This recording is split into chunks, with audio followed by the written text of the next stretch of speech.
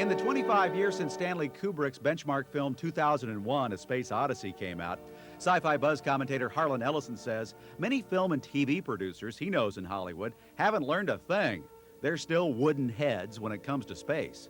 It's 25 years since 2001 came out. 2001, 25 years. Do you remember when you saw it at the Cinerama Dome? Remember how bored you were? I remember how bored you were. You said to me, this is a very long film. Well, yes, I know, of course, that they cut it. They chopped down the running around the centrifuge spaceship there thing. I know they cut down the pavane, the stately pavane of the spaceship at the beginning with the Blue Danube. I know they cut all that down. But at first, every critic in the country hated it. Everybody thought it was dopey. Everybody thought it was stupid. It was very weird. Then all of a sudden, every acid head in the world loved it and went there for the trip, and word of mouth, and boom, now it's a classic. Gaze with me into the vastness of space. See up there? Up there, there is no sound in space. It's vacuum. That means no air.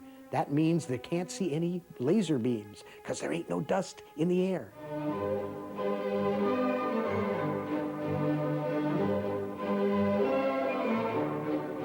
It really is a classic, particularly when you look at what's come since and when you realize that nobody bothered to learn any of the lessons that Kubrick taught them.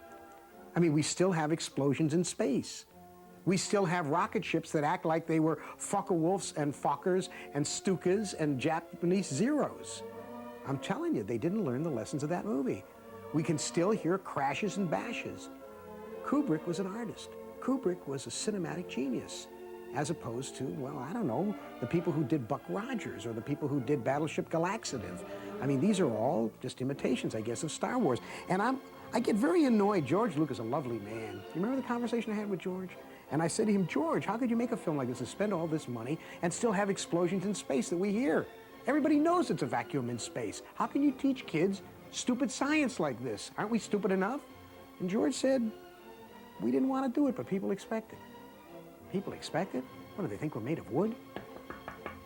Nice seeing you, Dave. Take care of yourself.